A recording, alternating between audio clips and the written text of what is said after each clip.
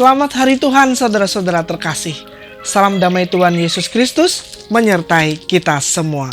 Semoga saudara sekalian senantiasa dalam keadaan sehat dan berbahagia dalam Tuhan.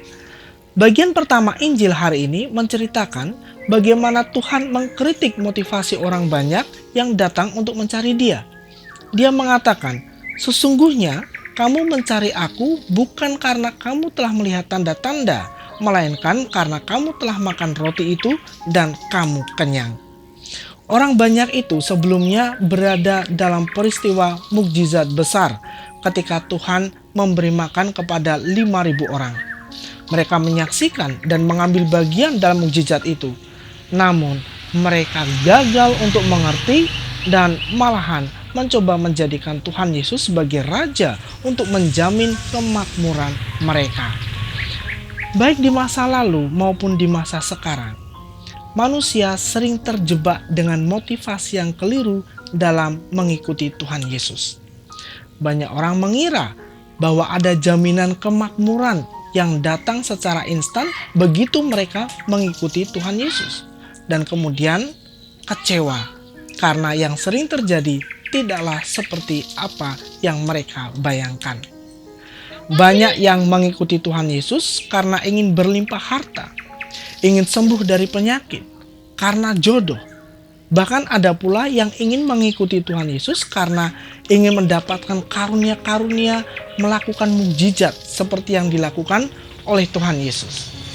Pendeknya, banyak orang yang membatasi motivasinya pada hal-hal yang duniawi dan malah mengabaikan hal-hal yang surgawi. Saudara-saudaraku yang terkasih, Tuhan datang ke dunia untuk menyelamatkan manusia. Keselamatan ini tentu utamanya adalah keselamatan jiwa, bukan keselamatan jasmani. Meskipun Tuhan mampu memberikan kemakmuran bagi manusia, Dia hendak terlebih dahulu membentuk diri kita supaya siap menerima berkat-berkat-Nya. Kata Tuhan dalam Injil Matius bab 6 ayat 33, "Tetapi carilah dahulu kerajaan Allah dan kebenarannya, maka semuanya itu akan ditambahkan kepadamu."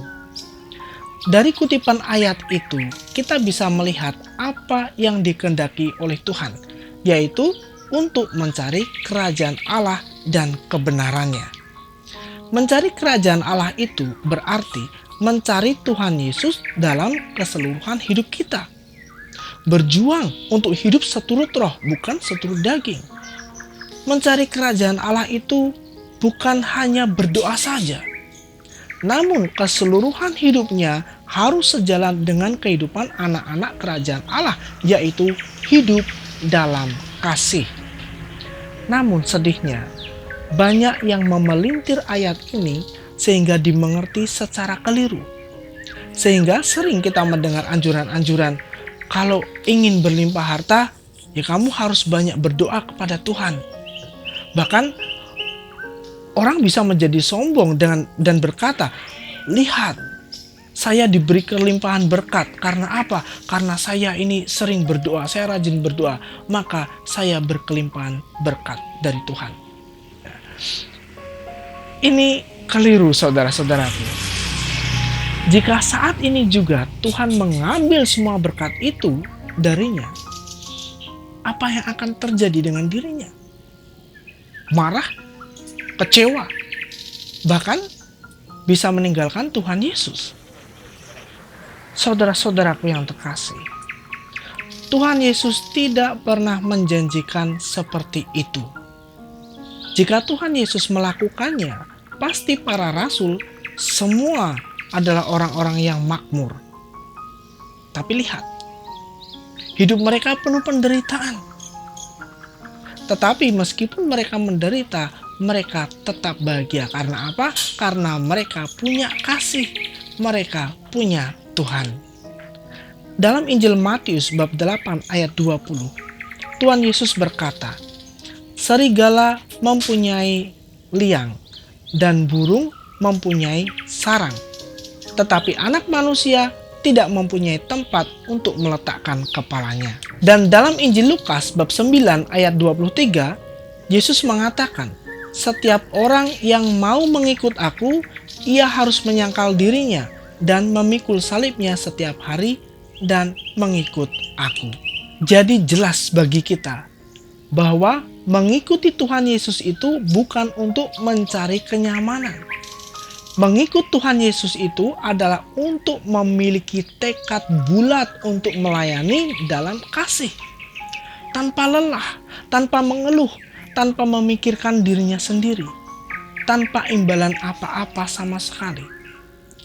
Itulah salib.